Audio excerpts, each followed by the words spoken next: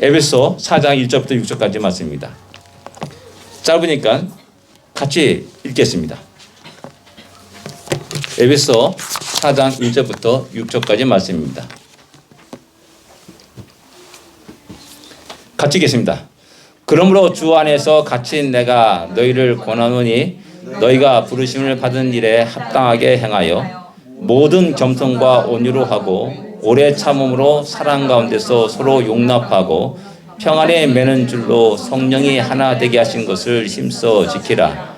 몸이 하나요 성령도 한 분이시니 이와 같이 너희가 부르심의 한 소망 안에서 부르심을 받았느니라. 주도 한 분이시요 믿음도 하나요 세례도 하나요 하나님도 한 분이시니 곧 만유의 아버지시라. 만유에 계시고 만유를 통일하시고 만유 가운데 계시도다. 아멘. 예. 힘써 지키라 라는 제목을 우리 함께 은혜를 나누기를 원합니다. 예. 1절에 보면은 주 안에서 갇힌 내가 너희를 권하노니 라고 이렇게 말씀하고 있습니다. 예, 우리가 다 같이 에베소는 이렇게 옥중서신이라 이렇게 이야기합니다. 예, 지금까지 지금처럼 뭐 이렇게 감옥에 갇혀가지고 이렇게 꼼짝달싹 못하는 그런 상황이 아니라 사도행전 마지막에 보게 되면은 좀 약간 자유가 있었어요. 사람들이 찾아오고 일단 구역의 제한 속에서 살았다 이렇게 생각할 수도 있습니다. 그러나 중요한 것은 그렇게 왕성하게 뛰었던 사람이 어떤 거주의 제한을 두고 여러 가지 불편함 속에 살아가는 것이 쉬운 일은 아닐 것입니다. 그러기에 또한 간절한 마음으로 이렇게 이야기하고 권하고 있다는 사실을 우리는 알 수가 있습니다. 힘써 지키라 이 말씀은 이 파수꾼이 열심히 눈을 부릅뜨고 망을 보는 그런 그림입니다. 파수꾼들이 작은 소리도 겉하게 듣지 않습니다. 그리고 또 작은 움직임, 작은 변화도 결코 소홀히 다루지 않습니다. 왜냐하면 그것을 소홀히 다루다 보면은 엄청난 재앙이 닥치기 때문에 그렇습니다. 그래서 파수꾼이 망을 보듯이 모든 것을 세밀히 지키고 보는 그런 장면이 할 수가 있습니다. 군대 가면 이제 훈련소에서 야간 포북이라는 것을 배우게 됩니다. 다들 갔다 오셨지 않습니까? 야간 포북이 뭐냐면은 야간에 이제 그 어떤 저지선을 뚫고 지나가는 그 훈련입니다. 근데 그 야간 포북이 한 시간에 1m 전진하나 그래요. 굉장히 그러니까 거의 움직임이 없이 움직이는 것이 야간 포급입니다. 그러니까 보초가 딱 봤을 때는 그대로 그 자리에 서 있는 것 같아요. 근데 저 시침이 안 움직이듯이 그렇게 그런 움직임으로 그 저지선을 넘어가는 겁니다. 그리고 넘어가면 이제 달려가는 거죠. 뭐 그런 야간 포복. 그런 작은 변화도 놓치지 않고 살펴보는 것. 이것이 바로 힘써 지키다라는 겁니다. 이 파수꾼이 게을러 가지고 잠만 쿡쿡 자고 있단다면은 적의 기습에 의해서 전부 다 죽음에 이르게 되는 것이죠. 결국 성도와 교회가 이 사명을 망각하게 되면은 결국 자기뿐만 아니라 교회가 다 멸망에 이르게 되는 것입니다. 그래서 오늘 말씀은 힘써 지키라 이 말씀은 우리가 무겁게 소중하게 들을 필요가 있다는 사실입니다. 제일 먼저 우리가 쓴 것은 하나가 되게 하신 것을 힘써 지키라라고 말씀합니다. 하나가 되게 하신 것을. 하나됨을 우리가 힘써 지키지 못한다면은 우리 자신도 멸망당하고 우리 하나님의 교회 전체가 힘을 잃게 되고 큰 위기에 빠지게 되는 상황에 이르게 됩니다. 우리 지금도 십자가 지기 시대 마지막에 요한복음 17장에 보게 되면은 그 기도 가운데 하나가 뭡니까? 저들로 하나가 되게 하소서라는 기도를 하고 있음을 알 수가 있습니다. 에베소 1장 10절에서 이렇게 말씀합니다. 하늘에 있는 것이나 땅에 있는 것이나 다 그리스도 안에서 통일되게 하려 합니다. 라고 이렇게 말씀합니다.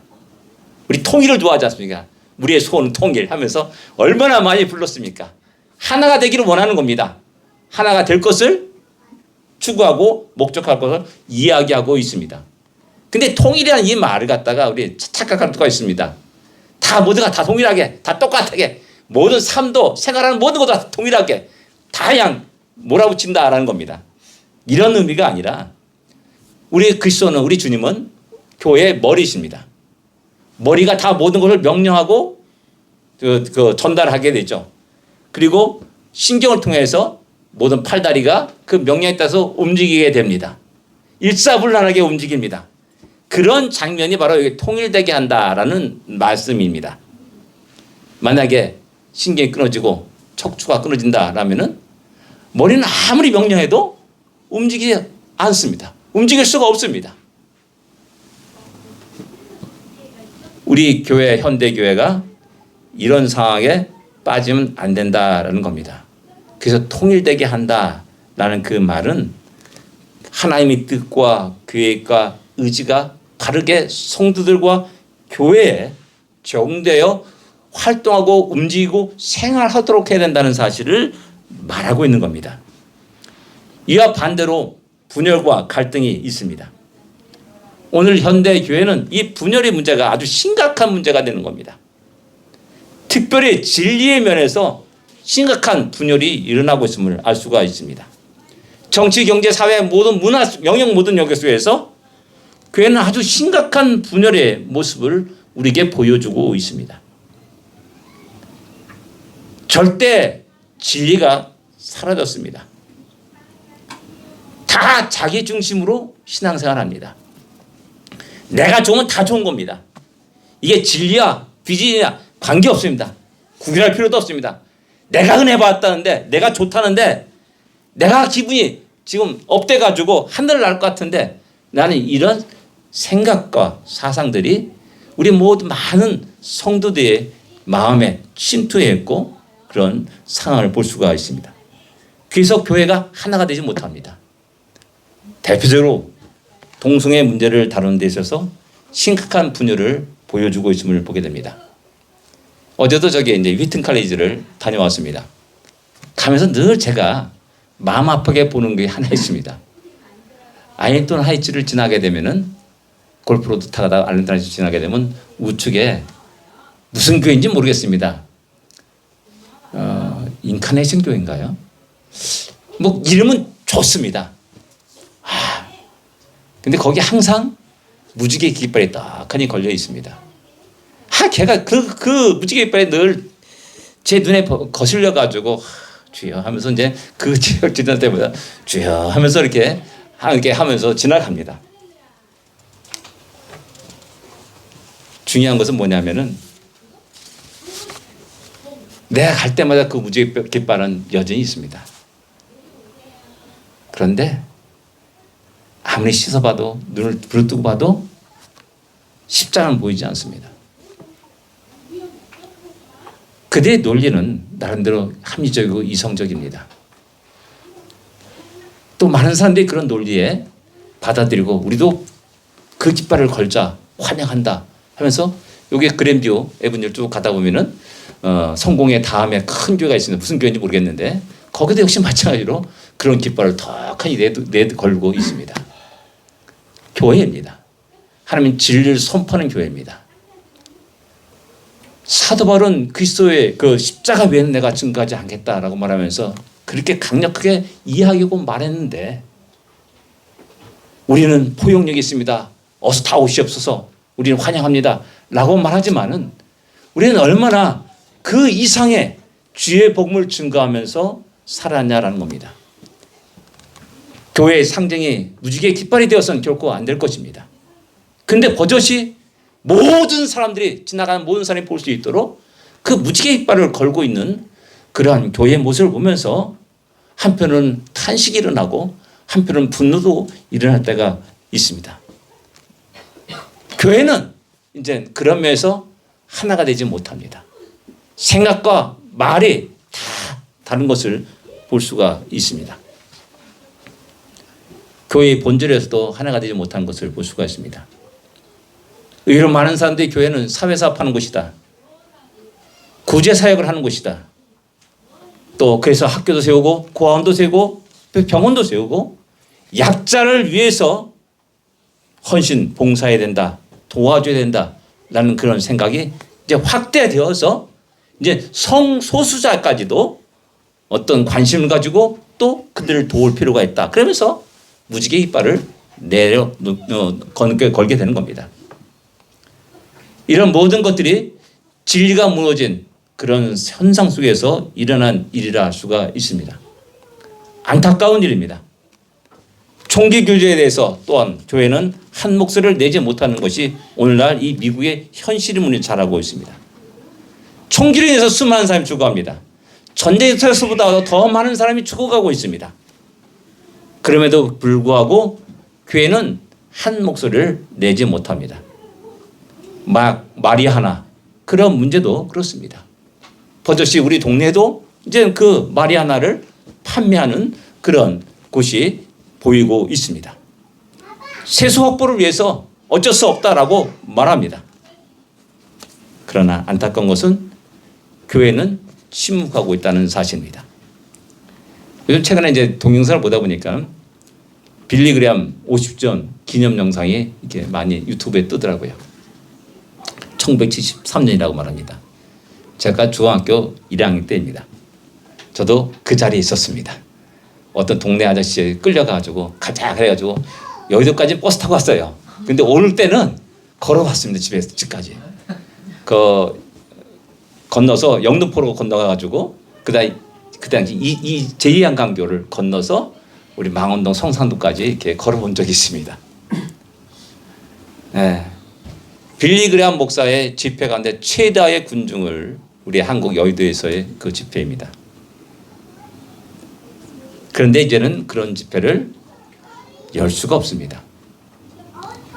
예전엔 부활절 되면 모든 우리 한국의 서울에 근교에 있는 그 교회들이 여의도에 모여서 연합 예배를 드렸습니다. 근데 이제는 그런 연합 예배를 다시 드릴 수 없는 상황에 이르렀습니다. 다 달라요. 하나가 되지 못합니다. 그래서 분열이 계속 일어나고 있습니다. 이런 속에서 사도 바울은 성령의 하나됨을 힘써 지키라라고 강력하게 에베소 교회 성도들에게 외치고 있고 오늘 이 시대 우리 모두에게 외치고 있다는 사실입니다. 왜 그러냐? 4절부터 6절까지 쭉 그 이유가 나옵니다. 몸이 하나요, 성령도 한 분이시요, 주도 한 분이시요, 믿음도 하나요, 세례도 하나요, 하나님도 한 분이시기 때문에 그렇다는 겁니다. 근데 우리는 우리 주님의, 우리의 구세주가, 우리의 메시아가 굉장히 많은 것으로 착각하며 살아갑니다. 그러기에 구원의 길도 여러 개 있다고 착각하며 살아가고 있는 겁니다. 우리 기독교 안에 좀 자유주의 신학을 주장하는 사람들이 종교다원주의를 주창하고 이야기하고 그런 것들을 신학교에서 가르치고 한 학기의 수업을 합니다. 그것을 듣고 졸업한 그들은 나가서 무엇을 외치겠습니까? 제가 늘 얘기했지 않습니까? 그런 사람들이 외칠 수 있는 것은 예수 그리스도가 아니라 잘 살아라, 성실하게 살아라, 착하게 살아라, 선행을 하며 살아라 하는 윤리 도덕만을 이야기합니다. 그들의 설교 속에는 복음이 없습니다. 그들의 설교 속에는 예수 그리스도가 없습니다. 오직 성실하게 살아라, 잘 먹고 잘 살아라, 남에게 해치지 말아라, 남에게 도움을 줘라 라는 이런 식의 설교만 있을 뿐이라는 겁니다. 우리 주님이 한 분이십니다. 성령도 한 분이십니다. 우리 하나님도 한 분이십니다. 그러기에 그 하나님 한 분이 우리에게 말씀하십니다. 우리에게 약속하십니다. 우리를 향하신 크고 놀라운 뜻과 계획들을 이야기하고 말씀합니다. 근데 우리는 다 다르게 듣습니다. 내 식으로 듣습니다. 내 관점에서 듣습니다. 내가 이해하는 반 안에서 그 한계 속에서 듣게 됩니다. 그러다 보니까 다 각각 제가 옳은 대로 행하는 그런 사사시대의 모습을 우리에게 이야기해 주고 있는 겁니다. 이렇게 하나됨을 강조하지만은 현실을 보면 우리는 여러 교파가 있는 것을 우리는 알 수가 있습니다. 여러 교파와 이 하나됨과 이 혼돈에서는 결코 안 됩니다. 다양한 교파가 있습니다. 그러나 그런 것은 우리의 신앙 고백이 다양하다는 것을 결코 의미하는 것이 아닙니다. 어떤 교파라든지 기독교나 감리교나 침례교나 어떤 성결교회나 어떤 교파라든지 우리가 고백하는 신앙 고백은 동일합니다. 예수 그리스도 그분이 우리의 구주심을 다 모두가 고백합니다. 하나님 오직 한 분이라는 사실을 갖다가 모든 교파들은 다 동일하게 고백합니다. 성경의 유일무이한 우리의 가장 중요한 가장 기본되는 텍스트라는 사실을 갖다가 우리 모두 다 또 고백합니다. 그래서 어떤 교파들은 어떤 이상한 기독교 이단들은 이 성경 외에 부족하니까 다른 것들을 추구하면서 만들고 또 그것을 더 권위를 내세우는 그러한 이단들도 있습니다. 대표적인 게 이제 몰몬교라 할 수가 있습니다.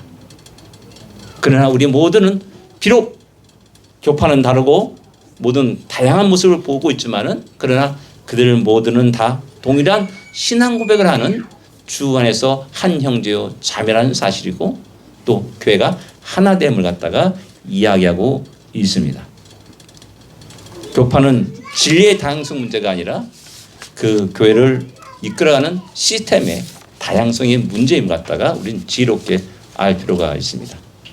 그러면 어떻게 이 하나됨을 지키고 힘써 지켜나갈 수 있는가라는 겁니다. 제일 먼저 우리가 생각하는 것은 뭐냐면은 1절에 부르심을 받은 일에 합당하게 행함으로 우리는 하나를 힘써 지킬 수가 있습니다. 합당히 행하다는 이 단어 속에서 우리는 어떤 그림을 그리고 있냐라는 겁니다. 어떻게 하는 것이 합당히 행하는 것이냐라는 질문을 던질 때는 갸우뚱하게 됩니다. 아는 것 같은데 모른다는 겁니다. 이 합당히 해당한다는 이 합당하다라는 이 단어는 가치 있게, 훌륭하게, 무게 있게라는 의미를 갖고 있는 단어입니다. 그 뭐냐면 합당히 행하라라는 이 말은 가치 있게 행하라는 말입니다. 존귀한 자로 행하라는 겁니다. 무게 있게 행하라는 겁니다. 우리의 삶을 살아갈 때 내 인생의 가치를 얼마를 치고 살아갑니까? 내 인생의 가치는 아무것도 아니야. 뭐 1,000원 정도 할까? 진짜 개만도 못해. 라면서 스스로 생각한다면은 아무렇게나 살아도 관계없습니다. 왜? 별 볼일 없는 인생이 가치이기 때문에 그렇습니다. 그러나 우리의 인생의 가치는 결코 작고 보잘것없고 초라한 그런 가치가 아닙니다. 그리스도의 피로 값주고 사실 정도로 너무나 귀중한 가치를 가진 삶을 우리는 알아야 되고 인식해야 되고 그 가치 안에서 우리가 가장 가치 있게 무겁게 훌륭하게 살아가야 된다는 사실을 우리에게 이야기해 주고 있는 겁니다. 우리 성도들은 그것을 깜빡깜빡 잊어버리기에 세상과 비교해서 열등감에 빠지며 살아갈 때가 많이 있습니다. 그래서 자꾸만 세상을 기웃거리고 세상을 부러워하고 다른 사람들이 가진 것들을 부러워하며 살아갈 때가 많이 있습니다. 이런 모든 것에서 다시 한번 내가 갖고 있는 가치, 나의 가치가 얼마나 소중하고 귀중한지를 알아야 됩니다. 그럴 때 진정으로 하나가 될 수 있습니다. 어떤 면에서 하나님의 뜻에, 하나님의 계획에, 하나님의 의지에 하나가 될 수가 있는 겁니다. 우리를 부르신 주님의 가장 귀중한 목적이 무엇입니까? 이런 것을 바로 알 때 우리는 삶의 모습은 다양할 수가 있습니다. 그러나 다양한 속에서 같은 목적을 가지고 하나가 될 수 있다는 사실을 우리는 기억해야 됩니다. 두 번째 우리가 생각하는 것은 모든 겸손과 온유로 하나가 될 수 있다는 사실을 우리에게 이야기해 줍니다. 2절의 말씀입니다. 우리 주님이 말합니다. 수고와 무거운 다 내게로 오라. 내가 너희를 쉬게 하리라. 그 다음에 하는 말씀이 뭐냐? 나는 마음이 온유하고 겸손하니 내게 배우라. 나의 병을 배우고 내게 배우라 라고 말씀합니다. 또 사도 바울은 빌립보 교회 성도들에게 이렇게 합니다. 너희는 이 마음을 품으라. 곧 그리스도 예수의 마음이니 그는 근본 하나님의 본체시나 저와 동등됨으로 취할 것을 여기지 아니하시고 오히려 자기를 비워 종의 형체를 가지고 우리 곁으로 찾아왔음을 얘기합니다. 사람의 모양으로 나타나시고 자기를 낮추시고 죽기까지 복종하셨다. 곧 십자가의 죽으심이다 라고 말씀합니다. 너희는 이 마음을 품으라. 그 마음이 무엇입니까? 낮아지는 마음입니다. 낮아지고 낮아지고 낮아지고 주님이 어디까지 낮아지셨냐? 십자가의 죽기까지 낮아지셨음을 이야기합니다. 세상의 모든 사람들의 가장 조롱과 멸시, 아주 수치. 우리 십자가를 이렇게 형상을 보게 되면은 그래도 뭔가 여기 아래에 이렇게 천을 가리고 있습니다. 원래는 천을 가리고 있지 않습니다. 완전히 벌거벗은 벌거숭이의 모습으로 매달리신 겁니다. 온갖 세상 사람의 조롱과 멸시를 다 받으셨습니다. 죽기까지 낮아지셨고 낮아지고 낮아지셨습니다. 뭐 나 같은 사람이 그렇게 뭐 수치를 당하면 별 볼이 없습니다. 근데 창조주 하나님이십니다. 그분이 자기 피조물에 수많은 조롱과 멸시를 당하면서 죽음을 맞이하게 됩니다. 피를 흘리신 겁니다. 이 마음을 품을 때 우리는 진정으로 하나가 될 수 있다는 사실입니다. 성경은 언제나 신앙인의 교만을 경계합니다. 교만에 이르는 순간 귀를 닫습니다. 듣지 않습니다. 하나님의 뜻과 계획과 그 말씀을 무시합니다. 대신에 자기 힘과 능력과 지혜를 의지합니다. 하나님의 인도하심을 거부하고 자신의 경험에 따라서 살아가려고 발버둥치게 됩니다. 자신의 지식을 의지하게 됩니다. 그러기에 결국 그들은 자기의 영광만을 추구하며 살아갑니다. 교묘하게 말로는 하나님의 영광을 말합니다. 그러나 깊은 내면 속에는 자기 삶의 결과의 모든 것들은 결국 자신의 영광만을 추구하는 모습으로 나타나게 됩니다. 이런 자신의 모습에 자기 자신이 꼬박 속아 넘어갑니다. 그리고 수많은 사람들을 속아 넘깁니다. 자기가 속아 넘어가는지도 모르고 다른 사람을 속인 줄도 모르고 자기가 가는 길이 옳다고 생각하면서 치달아 달려갑니다. 사도 바울이 그런 모습이었음을, 예수 이전에 그런 모습이었음을 우리에게 자기 자신이 고백하고 있는 것을 볼 수가 있습니다. 겸손은 낮아진 것입니다. 내 자신의 죄악성을, 죄인됨을 깨닫고 비천한 나의 상태를 깨닫고 무익한 나의 존재를 깨닫고 나의 무능을 깨닫고 주여 나를 도와주옵소서 하면서 하나님께 매달리는 것입니다. 하나님의 전능하심을 구하는 겁니다. 하나님의 인도하심을 구하는 것이고 하나님의 지혜를 구하는 겁니다.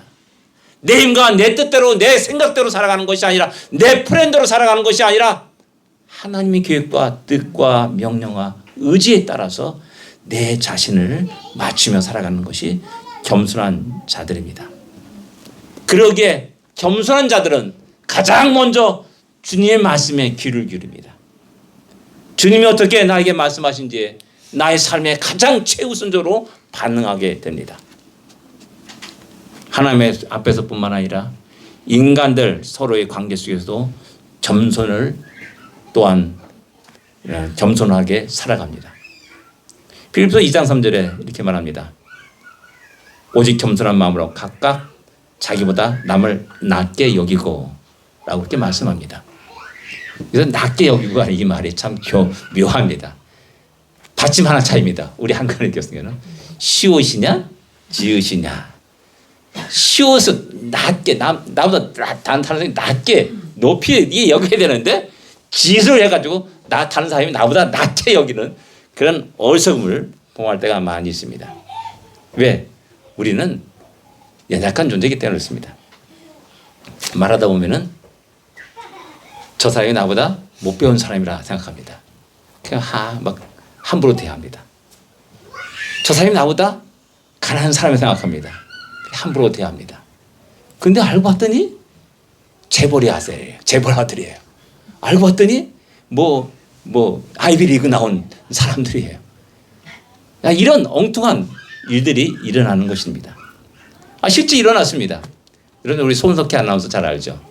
손석희 씨와 이제 대구 홍준표 씨가 이제 대담을 했습니다. 근데 손석희 씨는 참 동안이에요. 얼굴이 참 동안이에요. 그래서 홍준표 씨가 얘기한 겁니다.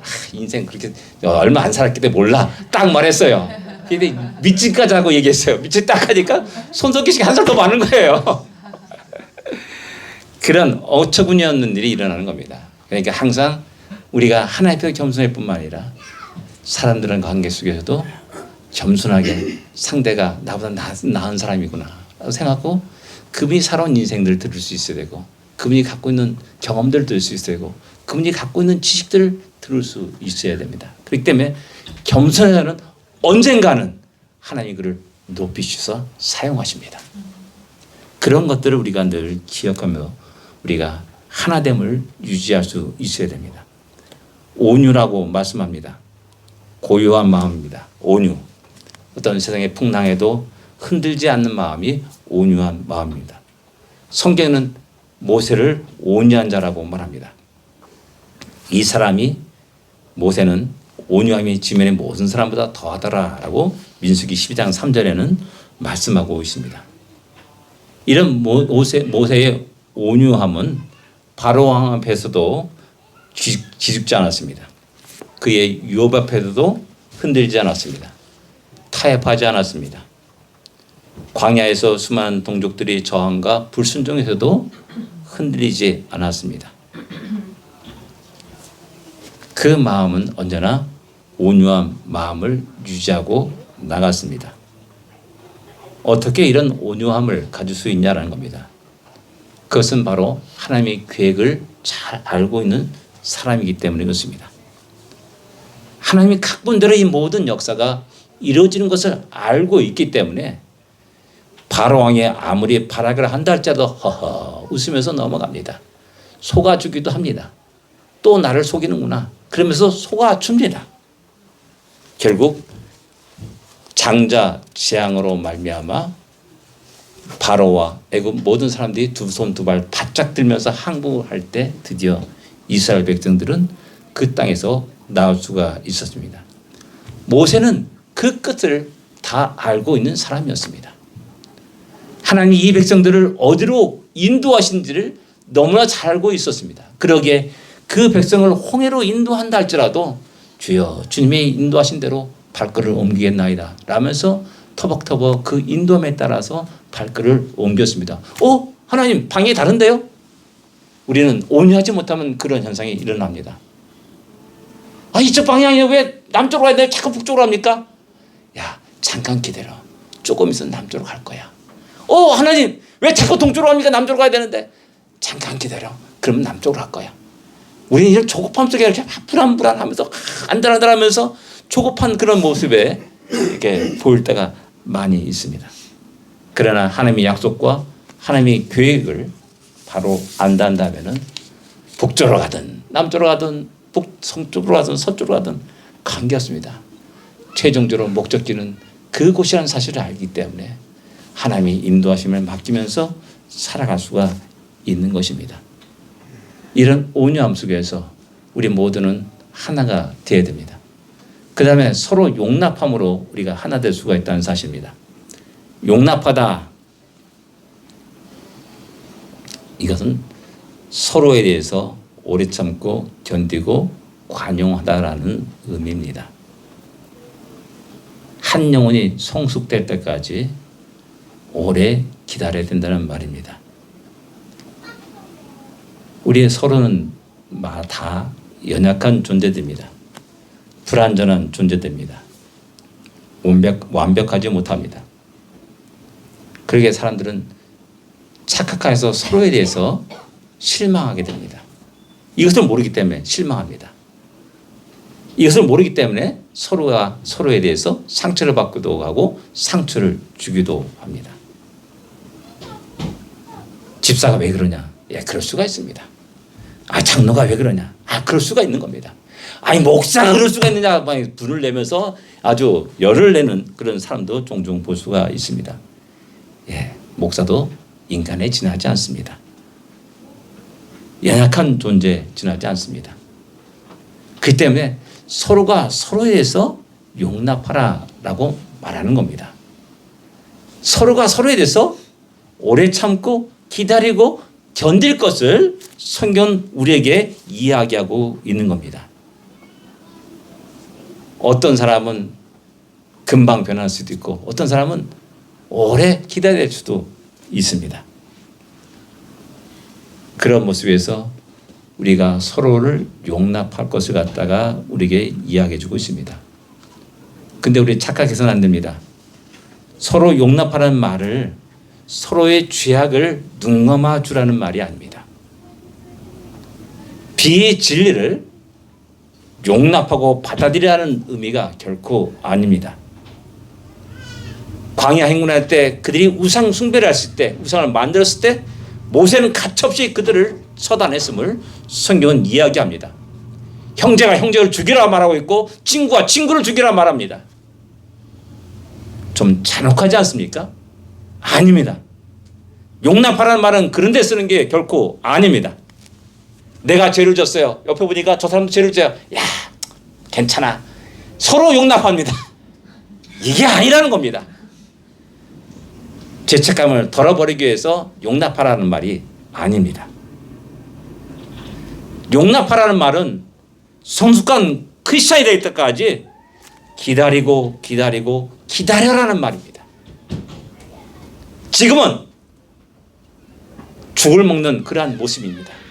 그래 언젠가는 자랐을 때 그들이 곡식을 먹고 단단한 음식을 먹을 수 있는 그런 사람으로 변화해야 된다라는 사실입니다.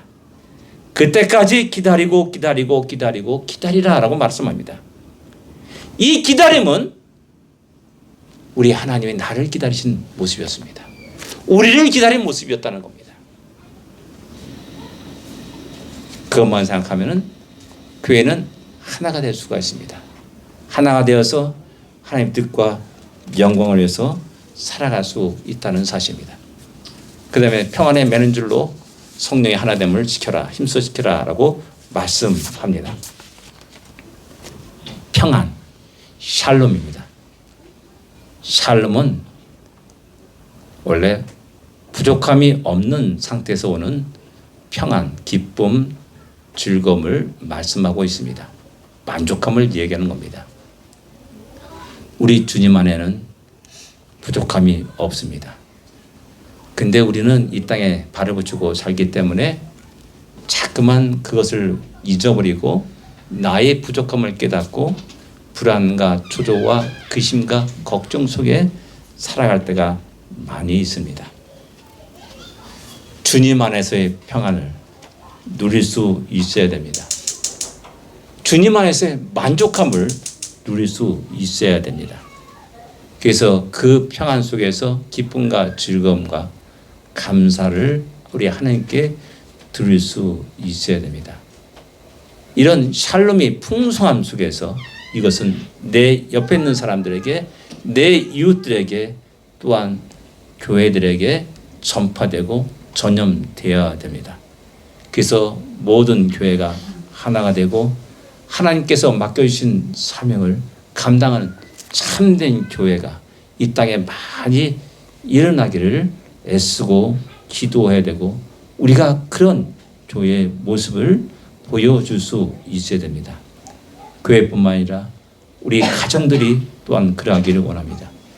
또한 가정뿐만 아니라 우리가 살고 있는 이 땅의 커뮤니티가 또한 이 나라가 그러하기를 우린 기도해야 됩니다. 기도하겠습니다.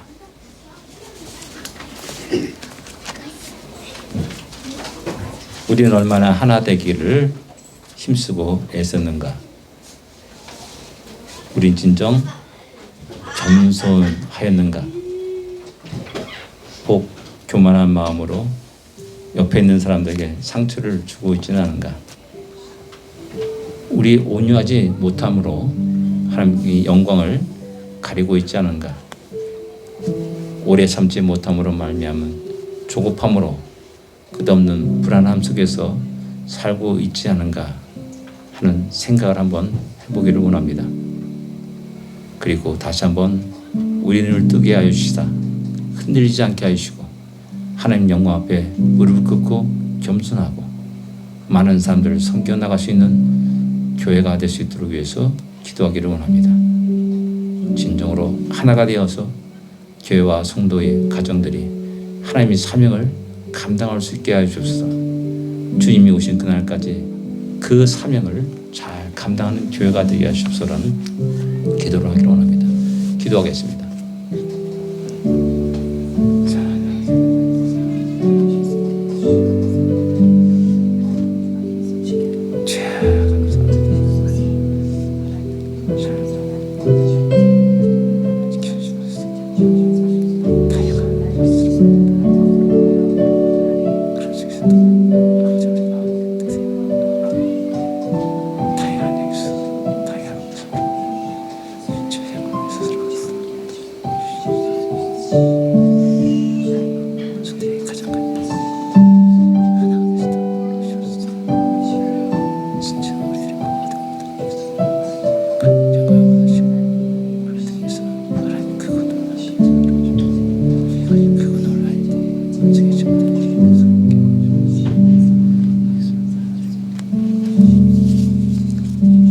하나님 아버지 감사합니다.